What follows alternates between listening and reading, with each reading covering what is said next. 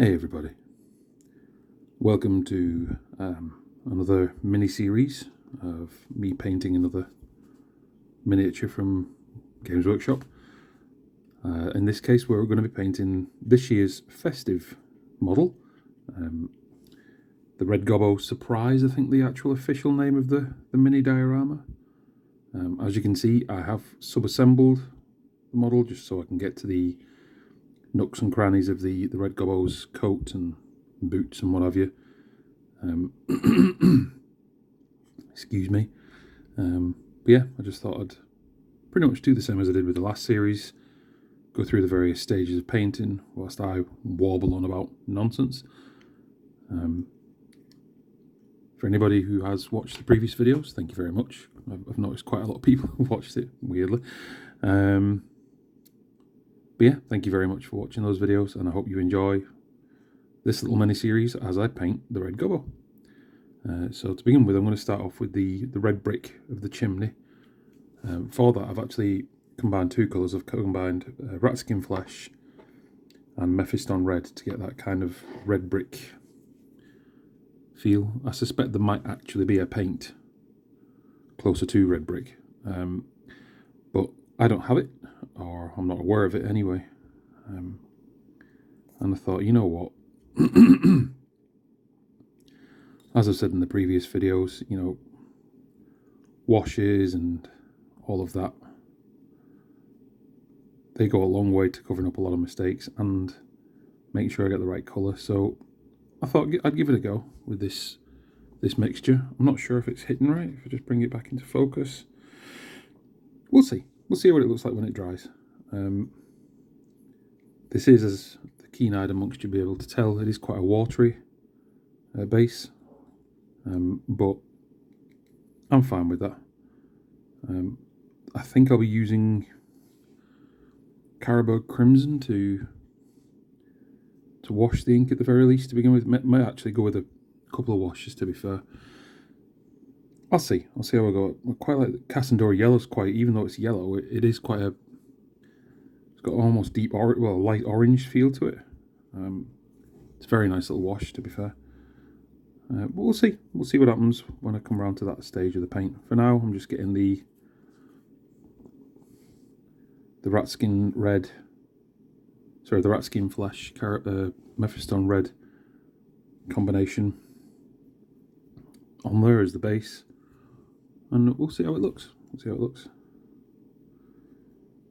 To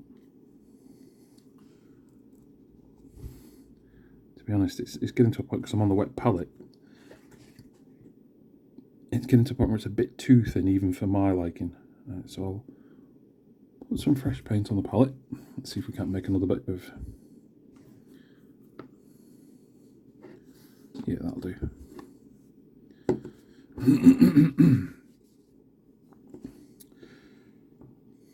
But yeah,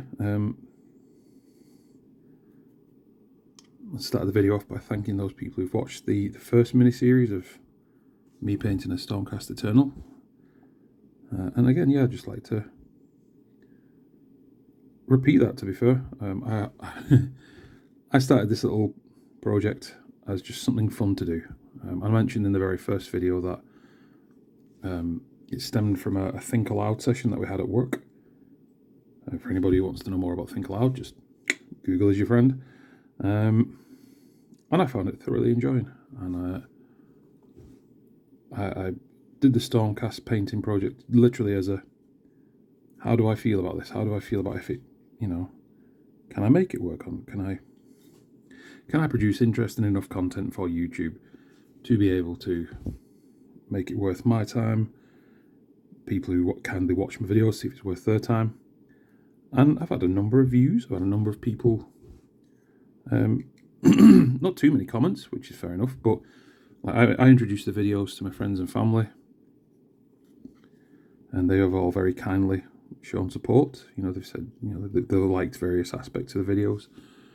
One of my brothers, I have many,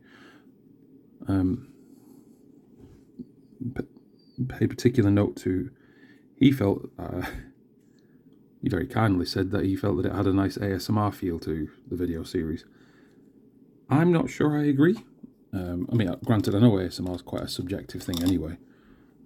To this date, I've never had a tingle, not from watching anything, but I do enjoy watching ASMR videos as much as watch anything else. And it worked for him, so okay, cool.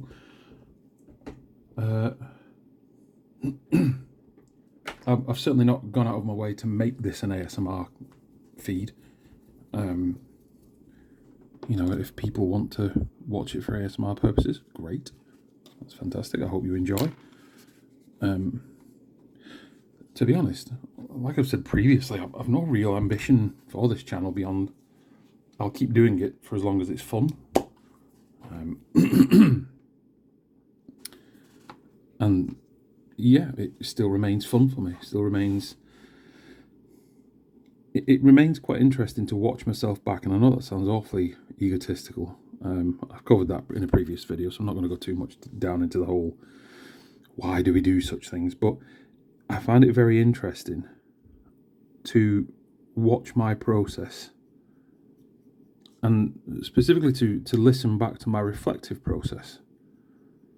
When anybody who is a creative type, painting, musicians, art, whatever, we've all got our process, we've all got our muse, if you will. And it was interesting as I watched the videos back to, first of all, watch how I physically paint relative to, say, if you go on GW's site, they've got their own way of doing things, and I think mine's quite similar. I think, you know, to the recognised, the accepted way, if you're, I'm not sure if that's the right word, but you know, the GW way.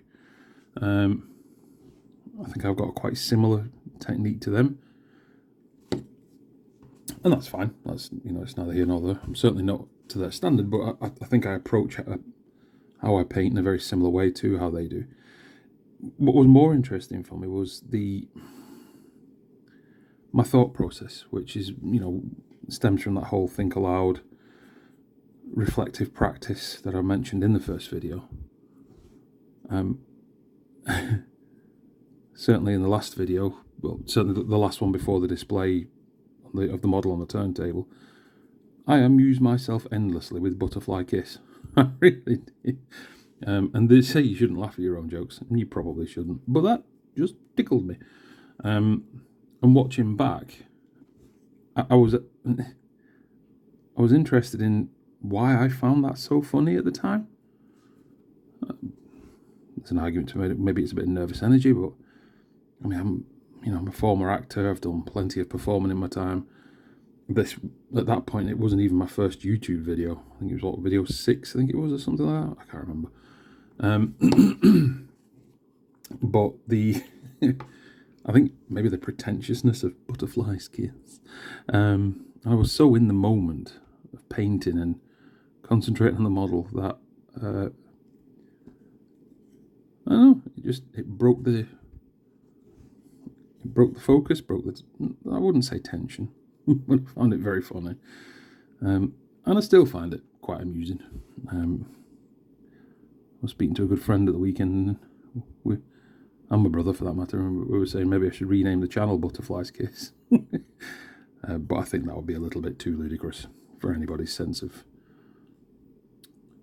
fun, or you get the idea. Cool, alright. But anyway, I'm waffling, which I know anybody who's watched even just one of my videos should now be very used to. For anybody who's interested, I have just put my finger into a pot of the paint, so please excuse my slight time away from the camera whilst I clean up my thumb and my fingers. Shouldn't take too long. It's acrylic paint, I'm not that bothered. I didn't spill any, so there's that going for me at the very least. Right, so we've established colours were fairly straightforward to map out on the model. I know I mentioned in the first of the videos, not the test video, but 01, painting a Stormcast Eternal. I mentioned that previous to that video, at least I think I did, that ordinarily a major part of the process is exactly that, you know, deciding what colours you want to go with at the various parts of the model. Now for the Stormcaster Turner, it was very straightforward. It was the Hammers of Sigmar range. It was very prescriptive. They're the poster boys of Age of Sigmar, if you will. Whereas the Red Gobbo, granted, GW have selected their own paint scheme for it, but I chose not to on this one. I felt it'd be more fun to just see what happens when I, you know, make my own choices, if you will. Now for the snow, that's fairly, I'd like to think anyway, it's fairly self-evident what colours I'm going to go with the snow. White. I'm going to layer that up with, I'll probably start with Ulthuan Grey again, or is it Ulthuan Grey? It's Celestra Grey, sorry. Start with Celestra Grey, but things like his little grapple hook and the the line of the grapple hook, I mean, you could be forgiven for thinking, well, silver grapple hook, black line. And I might still yet go with that, but because it is a festive miniature, and because it's got Christmas lights and baubles coming off it, I am tempted to go with green. I think it'd be quite funny. A nice little nod to the whole festive season. At the gate, I'm probably going to go with just metal, gunmetal for the railing on top. You don't want anything to be you don't want the entire thing to be very garish. Even a festive miniature, you don't want it to be too garish. On the front side here, you've got the Red Goblin sack of goodies, which include presents, a grenade. I think that might be a stick of TNT. I know he's certainly holding a stick of TNT. Bits and bobs. There's a paintbrush coming out of there and a paint pot there, which I think is a very amusing little detail. Well done, Games Workshop. I think with the sack, I'll probably go with like a tan colour of some description. I might go with like a, you know, start off with like a Shabti maybe, or maybe Zamisi. Yeah, I might go with the Zamisi yellow just as a kind of, it's a nice warm colour offset against the cold of the snow. I'm not sure. I'll see. I'll have a play about with that. But of course, the detail, of course, will be the Red Gobbo himself. Now, you know, when you're putting the rest of the colours on the model, you've got to consider, and again, I can't stress enough, this is not a how-to video, so please do not follow don't be watching this video thinking, ooh, Chris is going to teach us how to paint the Red Gobbo. Far from it. I'm just stream of consciousness, my thought process more than anything else. But it is, you know, fairly, I have studied art, so I have a reasonable knowledge of what I'm talking about. Nothing grand, but yeah. But here's the focus point of the model.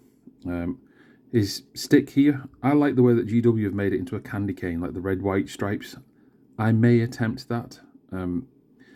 It's awfully fiddly, but we'll see how I feel. But I like the idea of the TNT dynamite being a candy cane. I think it's very funny. Then you've got black boots, green skin, white beard, white fur, red cap. If I turn the model around so we can have a look at the back.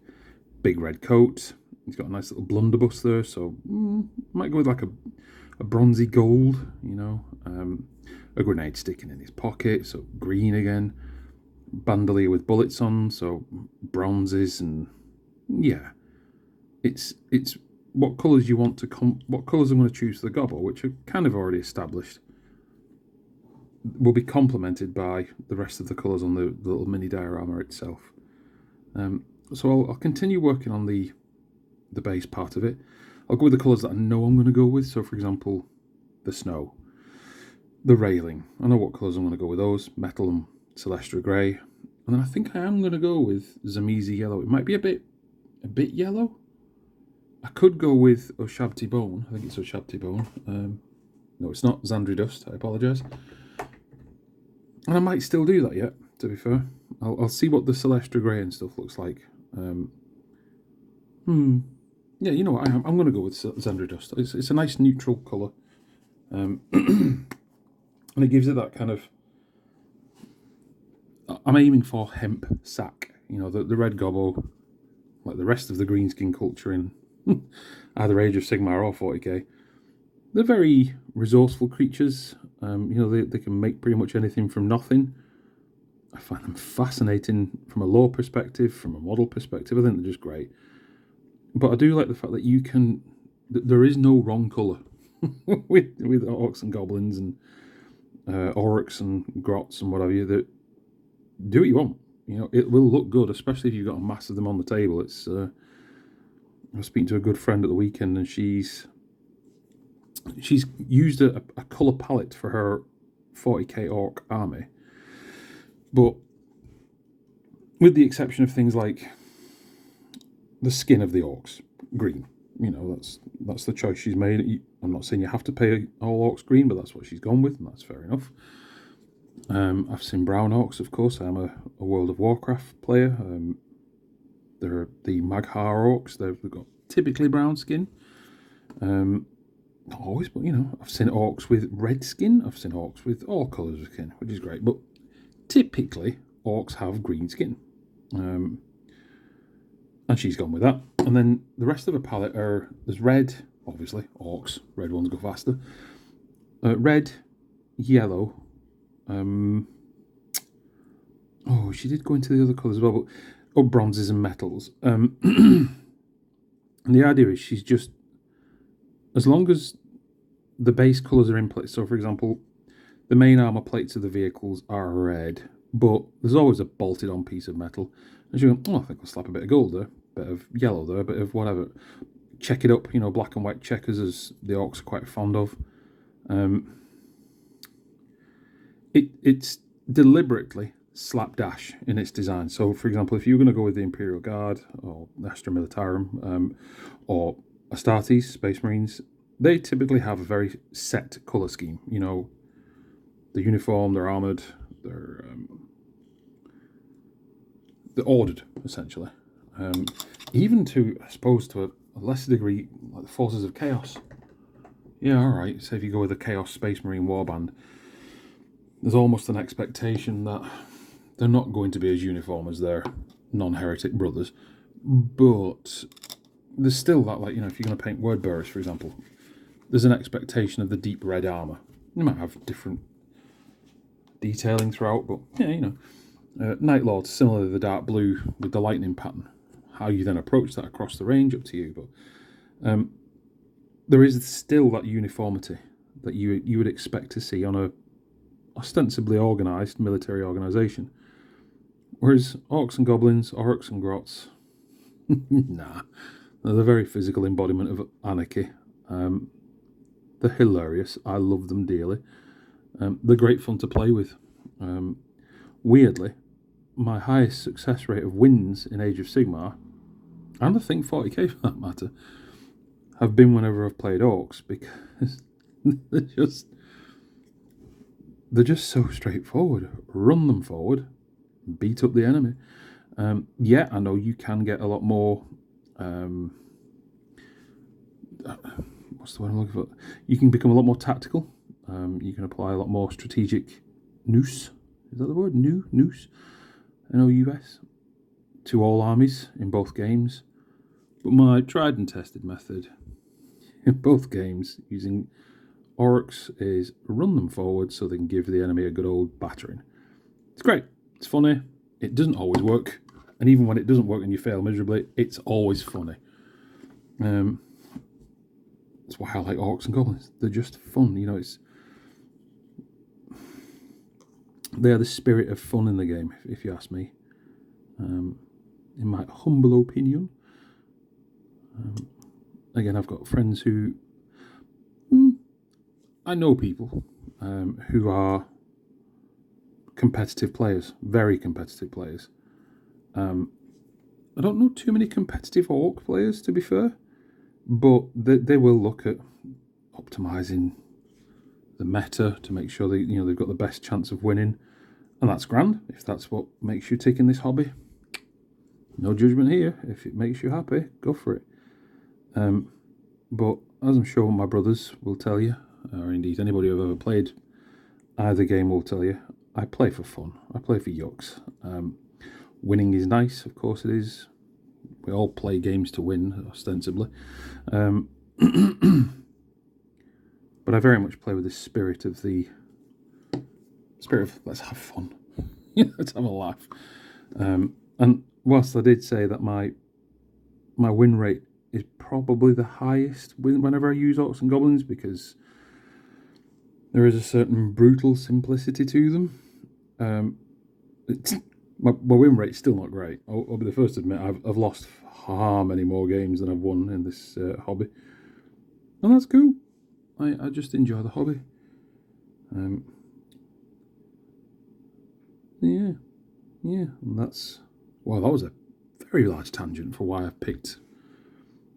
Let's go back to the frontal model. Why I've picked the hemp look for the sack.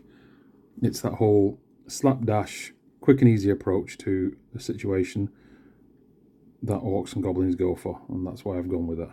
I could have gone with khaki green, I guess, or well, any colour, but yeah, I just thought, why not? I'll go with that. Just made a little mistake there, gone over the red brick with some snow. It's not the end of the world, but a little bit of clean up on aisle 3 later on. What we'll try and do as well is with this series, excuse me, a comment that I've had from a number of people who've watched it is that, frustratingly, and this is a comment from myself as well when I've watched them back, is that I do keep drifting out of focus, and I unreservedly apologise for that, folks. I share your frustration watching back, especially that first couple of videos. I was like, oh my god, Chris, hold the model still. I won't lie, this is not the easiest nor the most comfortable way to hold a model when I'm painting. I think I covered in the first video that typically I'm a lot closer physically to the model than I am right now. If you think about my current setup, I've got like the model here, the camera that you're obviously watching from is my phone set up on a mini tripod. I'm probably about a half foot, you know what, may actually be about a foot away from the miniature and the paint handle, when ordinarily I'm far closer.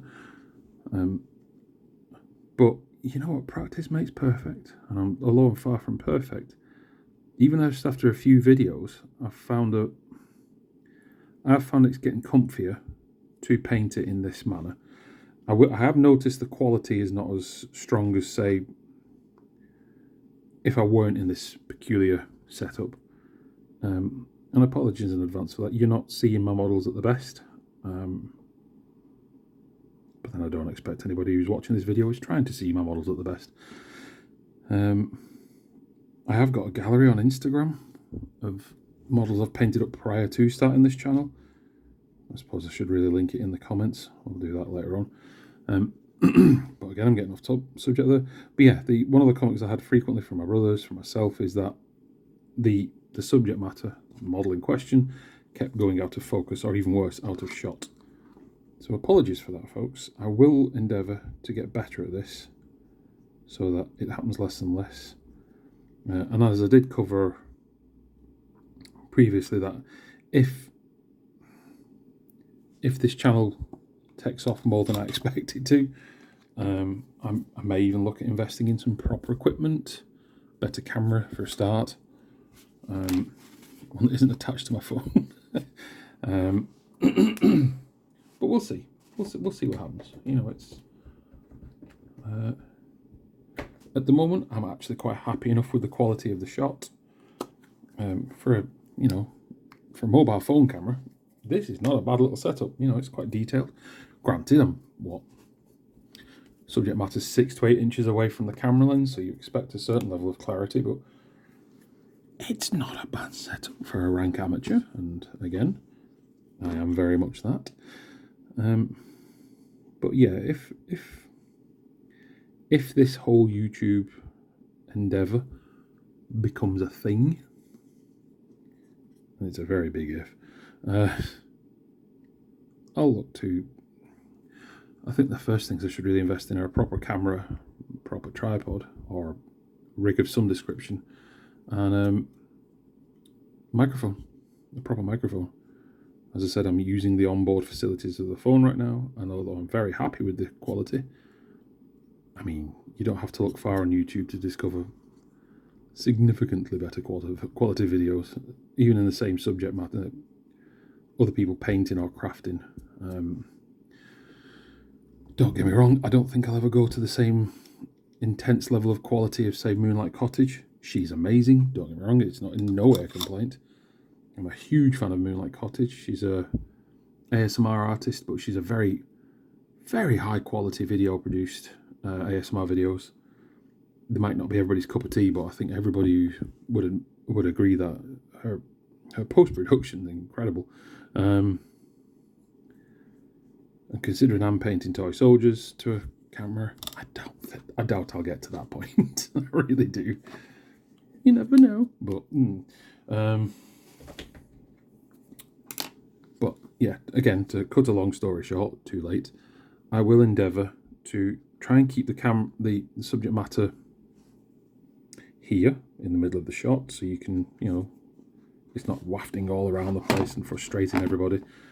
And I will try and keep it as still as I possibly can to keep it in focus. But as with all of my videos, apologies in advance.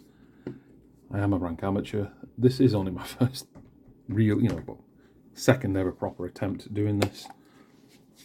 I intend to keep doing them. I've enjoyed the process so far. And I like to think the more I do, the better I become. You never know. If this does take off, I imagine I'll look back on these videos in years and I'm like, oh my god, what did I do? Proper cringe. And that's fine. It's how we learn, it's how we get better. Yeah.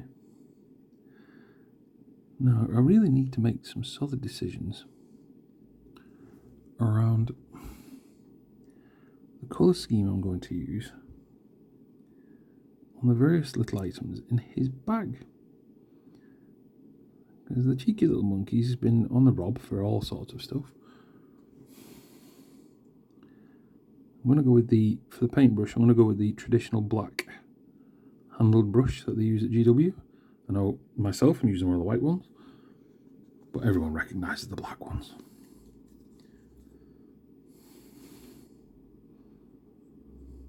I do like, and this is more of a commentary on the model's design rather than anything I'm doing. In fact, it's entirely on the model's design. I love how there's little Aquilas designed into the fence post. So if you look quite closely, I can only bring it so close to the camera. In between each strut, there is a little mini Aquila, an Imperial Aquila. I think that's quite a nice little touch. It's like, yeah. Well done, G-dubs. As a point of note as well, I have ordered for myself and my brother also the Black Gobbo, which is this year's festive Age of Sigmar equivalent. Or I think you can use it in 40k as well, but another awesome little model. He's riding a big old squig, and the squig's got a mouthful of presents. It's hilarious. I love it. I may do that as another video.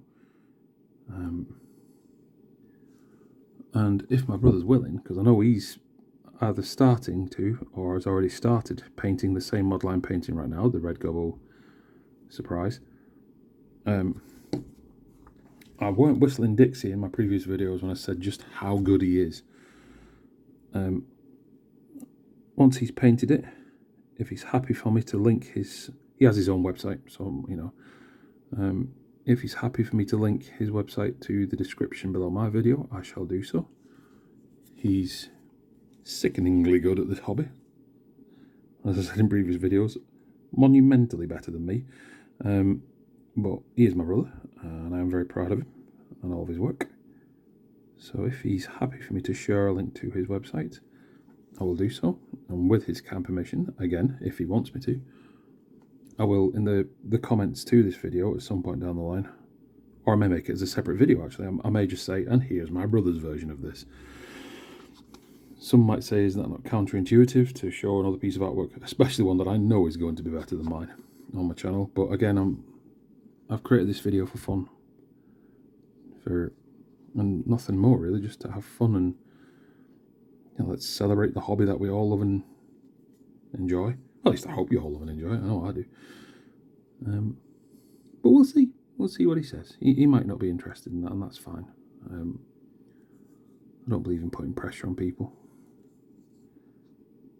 Okay, I think that's all the metal bits I need to put on for now. So we're now coming up to about half an hour on the video. Yeah, and I'm about halfway through.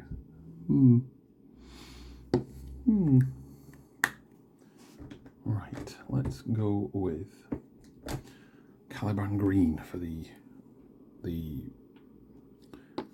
rope for his grappling hook slash wire of the lights. As you know, it's kind of pine tree coloured, it's very festive. It's on point, perhaps a little bit on the nose, given it's a Christmas model, but you know what? It's fun. I have got, with one of the previous year's models, a little plastic bauble, and the idea was that you could, when you finish painting your model up, you put your model in the bauble and you hang it off your tree. I don't have a Christmas tree at all, for various reasons. One, not particularly want one. Two, I haven't really got the room to store one for the year round when it's not up. But three is I don't really have any decorations. It's not my thing. I have nothing against Christmas trees. I think a well decorated Christmas tree is quite lovely. But I've always said to myself that as I collect these festive minis, and paint them up, when I get to a point where I've actually got a fair number of them, I may eventually invest in a tree just so I can, bob them on there every year. That'd be quite a nice, fun idea. Today, I think I've only painted one of the Red Gobbos. In fact, I know I've only painted one of the Red Gobbos so far. It was the very first one, I believe. Really nice, fun model to paint. It was released a few years ago now, but I do have it on display in my little cabinet. If people are interested in my cabinet at some point, I may do a separate video showing you what I've got in my cabinet. Let me know in the comments. Again, I've no particular direction or focus for this video yet, just do what takes my fancy. But yeah, I have done one of the Red Gobbos so far. They're always fun minis to paint. They really are. They're so silly.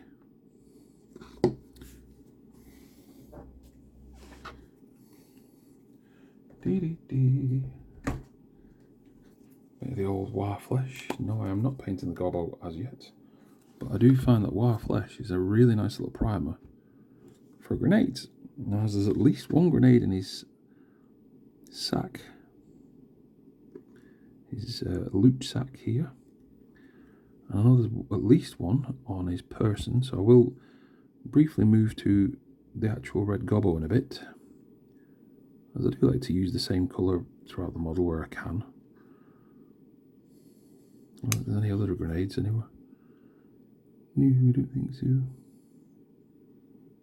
Okay, let's just bring the Gobbo into shot briefly. Yep, so sure enough, there it is in his little pocket there. Oh, out of shot, try that again. There it is in his little left pocket.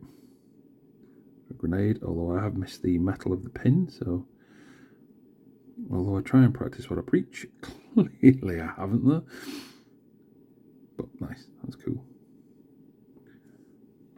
I may use waffle. Yeah, no, you know what? I will. I'll use wire flesh on his skin tones as well.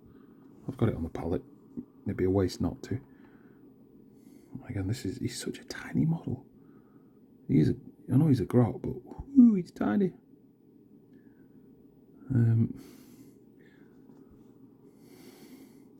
I did pick up as well the other day, folks, if anybody's interested in seeing him, the Caradron Overlord's Vanguard box set.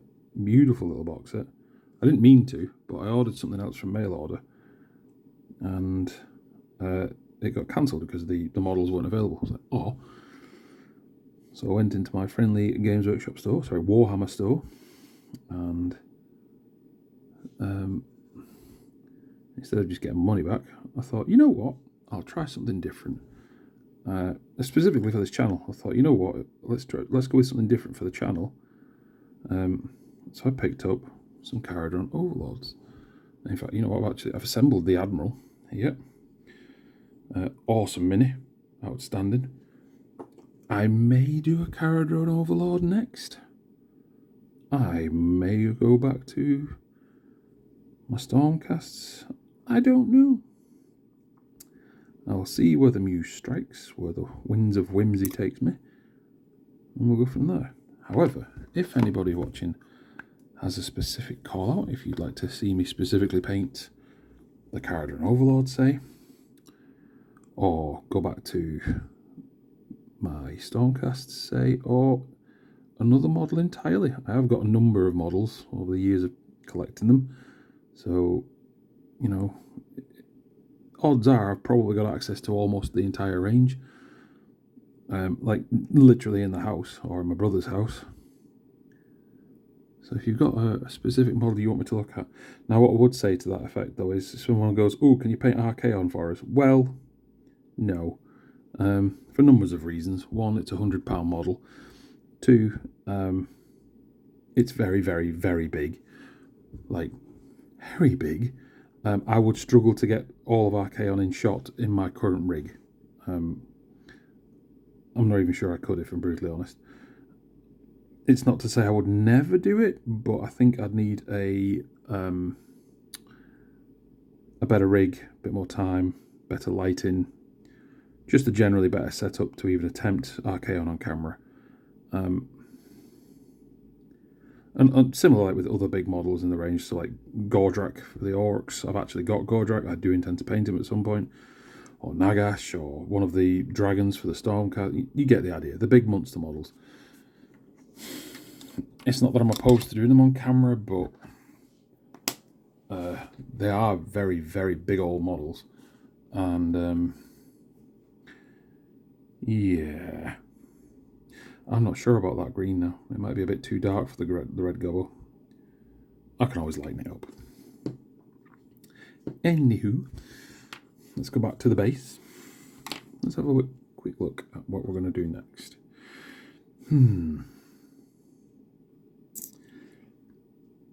So really all that's left is the handle and the brush head of the brush, the little paint pot. I'm not sure what paint. I'm probably going to go with red because it's the Red Gobbo. The various things in his toys and packages in his sack, for example. I have no idea what I'm going to paint them yet. Maybe a blue with, I don't know. I think that's another little paint pot. Yeah, I think it is. Little stick of dynamite, a big old thing. I'm not even sure what that big round thing is meant to be. Is it meant to be another explosive? Another piece of ordnance? Wouldn't surprise me with the Red Gobbo. And of course we've got the two bobbles on the back, and the 1, 2, 3, 4, 5, 6 Christmas lights. So let's go with 3 different colours for the Christmas lights in a pattern. We'll go with yellow, blue and red. Let's go with the yellows first, because I think I'm only going to paint yellow on the lights themselves. I'm going to, instead of going to the palette for this, I'm just going to go direct from the paint pot to the model itself. I know you should really water your paints down, especially something like Avalon Sunset, which is very, very pigmented. But as I'm only painting these 2mm long fairy lights, yeah, I think I'll just bypass the palette altogether. For any aspiring newbies who are, for whatever reason, using these as a how-to video, yeah, you should always try and water your paints down. You just should. It's good practice. It helps retain detail in the model. You know, if you put your paint on too thick, it can like gunk up the nooks and crannies of your model, and therefore you lose a lot of the detail, and that's never fun. And as I said in the previous videos, it's it also depends on the paint itself. You know, like red, Mephiston Red, for example, the one I'm currently using, very heavily pigmented. At least I think it's very heavily pigmented. It's very, the colour density is very strong, and that's fine. It is arguably the colour of choice for Blood Angels players. I don't know for a fact. If you're a Blood Angels player and you think, no, Chris, you're wrong, like, well, apologies.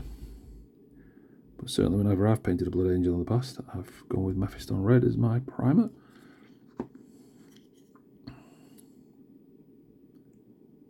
Reasonably certain GW do the same. Although if anybody from GW is watching, I stand to be corrected. Oh, I've made a bit of a mess.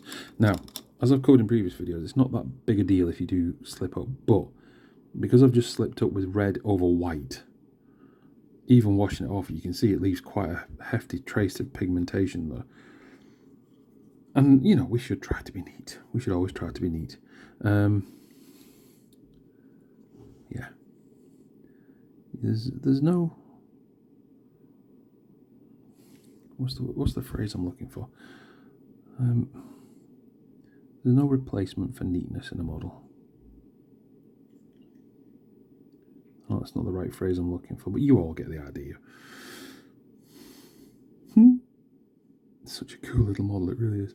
So we've got 1, 2, 3 baubles. Right, so I'll use the same approach. I'll use a red bauble, I'll use a green bauble, and I'll use a blue bauble, I think.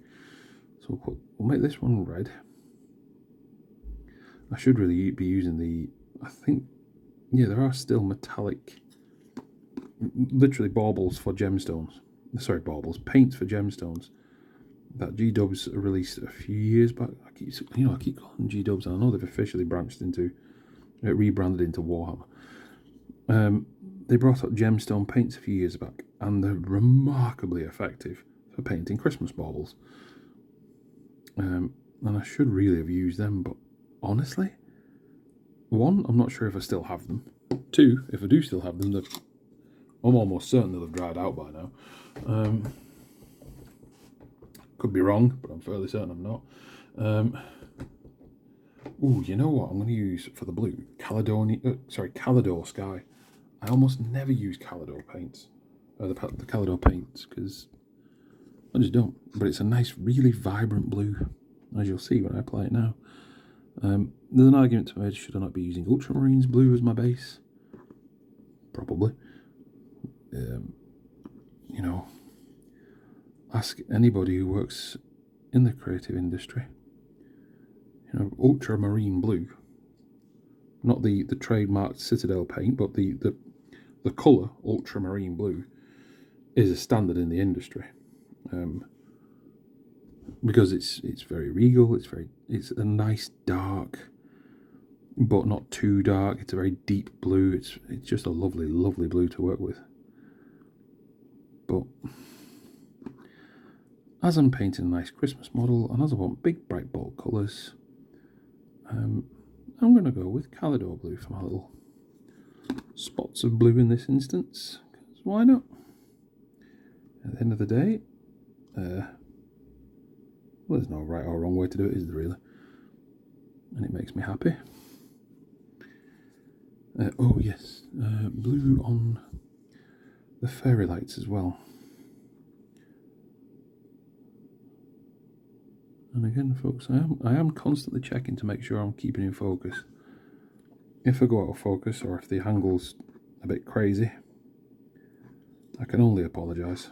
I will get better at this. I really will. At least I hope I will.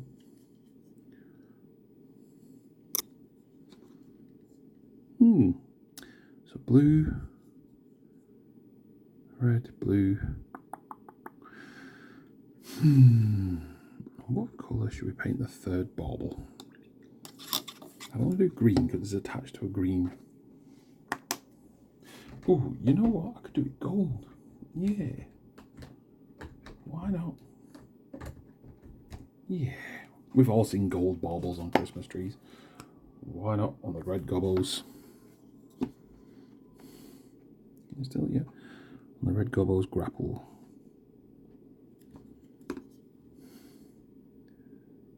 I suspect if my sister chooses to watch this, I think she does, she'd be looking at my choice of colours on a Christmas.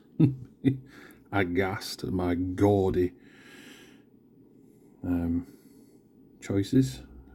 She's quite into Christmas, my sister, bless her. And when I say quite into Christmas, good Lord. But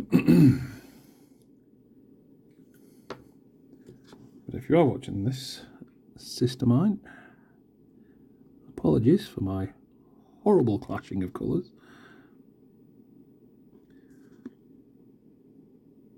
It is fun though, so that's my only excuse. I'm doing it for fun. I'm sure you'll tell me off when I see you again. And again, for obvious reasons, folks, I will not be naming members of my family. Although after the last series of videos, one of my brothers thought it would be hilarious, and I think he said it as a joke, if at some point I do another video where it's the two of us doing this, sat here painting, just lightly mocking each other perhaps. I don't know. I think that would be a great idea, but I'm not sure he's as on board, because he found the novelty, the idea of it hilarious, but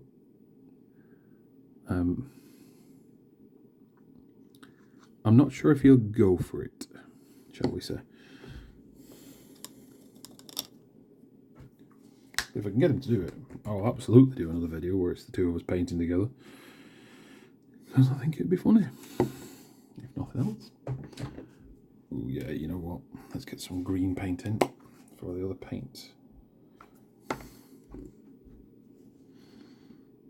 So there is another little paint pot here in the Gobbo sack, and let's just, there we go.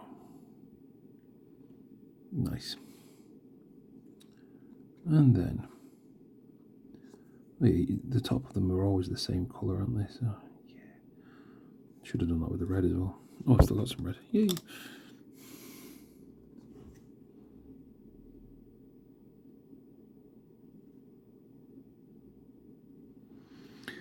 Okay, and then what I might do with the other bits and pieces in his sack, I may just, when I apply the washes, I may just see where the wash falls, and let fate decide how I'm going to paint them. I mean, I've still got this, I think it's a candle, maybe, I don't know, to paint.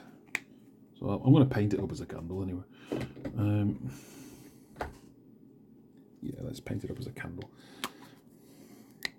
Oh, my wraith bone needs a good old shake up.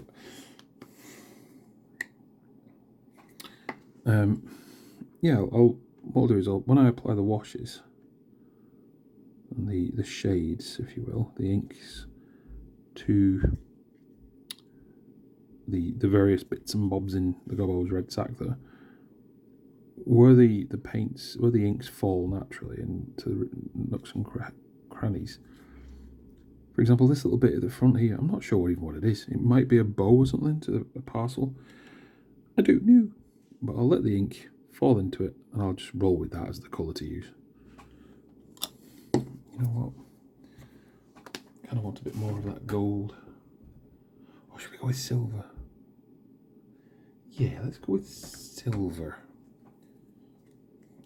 So the candle's got like a little ribbon around it. Just let me bring it back into focus. There you go. So yeah, it has a little ribbon around it. Like a little tag, you know, that you'd use to write to someone from someone. I'm going to paint it silver because, again, why not? It's fun. I'm not bound by any painting proscriptions such as, oh, well, this is that faction and they must be this. It's very much a do what I want. That sounds awfully petulant, didn't it? I didn't mean it to sound as petulant as it came out.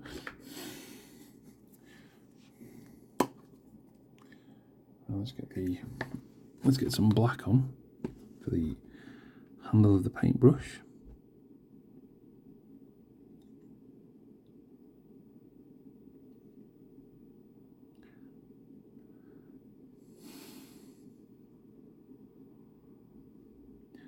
inside of the bag proper. Although you probably don't need to. I like a little bit of background to my, yeah. And then I suppose let's go with a dirty red for the tips of the brush to show that the Red Gobbo, not unlike the person painting him, isn't the cleanest when it comes to keeping his brushes in good order. I know some people might be quite aghast at that. And if you're one of those people and you're like, oh my god, Chris, wash your brush properly, get some cleaning product. I know where you're coming from, but it's probably not going to happen. Alright, so that's the base colours applied to the base. The difference is things like here, the raised non-textured bit is going to be black, and the trim I'm going to be painting black. It is, after all, a diorama rather than something that's going to go onto a tabletop. But I'll always do that last. You know, it's edging it, I guess, what would you say. But yeah, I'm happy enough with those base colours, I think. So let's move over to the goblin himself.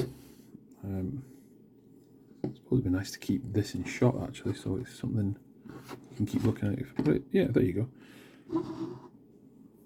There we go.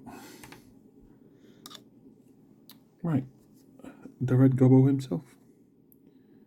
So, what colours have I already used that I've still got on the palette? Black. He has got black boots, so and a black bandolier. Let's lean into that, shall we? Right, so let's go with the bandolier first of all. No, again, because this is such a tiny model. I know I very much prattle on about trying to be neat as much as you possibly can, and I stand by that. With models that are this small, ordinarily I'd have it about an inch or so away from my face, and I'd also have my jeweler's lenses on because I'm old and I'm going blind. Well, I'm not going blind. I shouldn't say that in jest. That's not fair. It's not funny either. My vision isn't as strong as it perhaps used to be.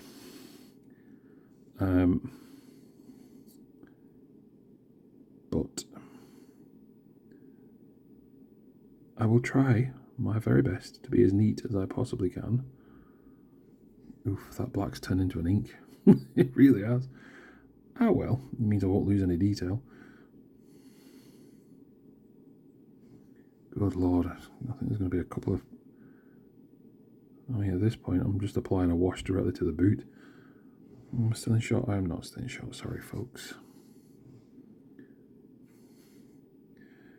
I wish there was an interactivity element of this so that viewers could say, Chris, you're doing it again. I'm like, oops, sorry folks. But there isn't. Yeah, in addition to being a very small model and the awkward aforementioned position of the model in relation to my face and my body and the camera, this is never going to be as neat as perhaps it could be. And that's fine. I mean, although I'm never professed to be a great painter, I do not, I'm reasonably good enough to be able to make an alright job of it still. Could it be better? Almost certainly. And again, if my brother agrees to showing his on this channel,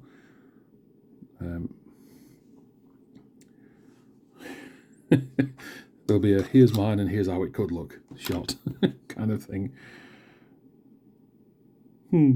Cool. Such an awesome little model. What should we go with next? Shall we go with... We'll go with Celestra White again, actually, for the fur on the inside of his coat.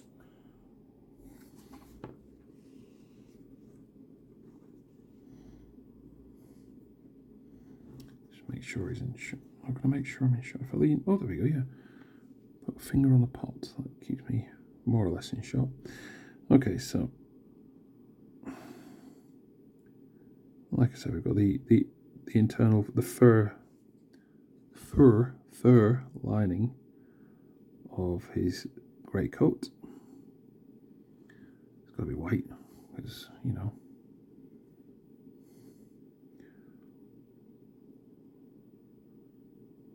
tis the time of year, tis the season. Santas are everywhere. And the Red Gobbo has famously got a Santa-esque coat. Although I know the original design of the Red Gobbo was revolutionary red, and that's why he was called the Red Gobbo. I'm explaining this, thinking that non-hobby fans are watching it. I suspect most people who are watching this are familiar with the lore and the hobby, but for those who aren't, the Red Gobbo came about as I don't think it was a joke release, but it was certainly a fun release from GW back in the day, where I think it was part of the... Oh, there was an orc racing game. Gorkamorka? No. Maybe in Gorkamorka, actually. Anyway, one of the... Obviously, you had an orc warband, and you had to get your trucks, and you built up a cult of speed, and yeah. But one of the expansions was Grots. And the special character leading the Grots was, of course, the Red Gobbo, rising up against their orc masters. Rawr. And he was painted in the, you know, the revolutionary red, and there was a lot of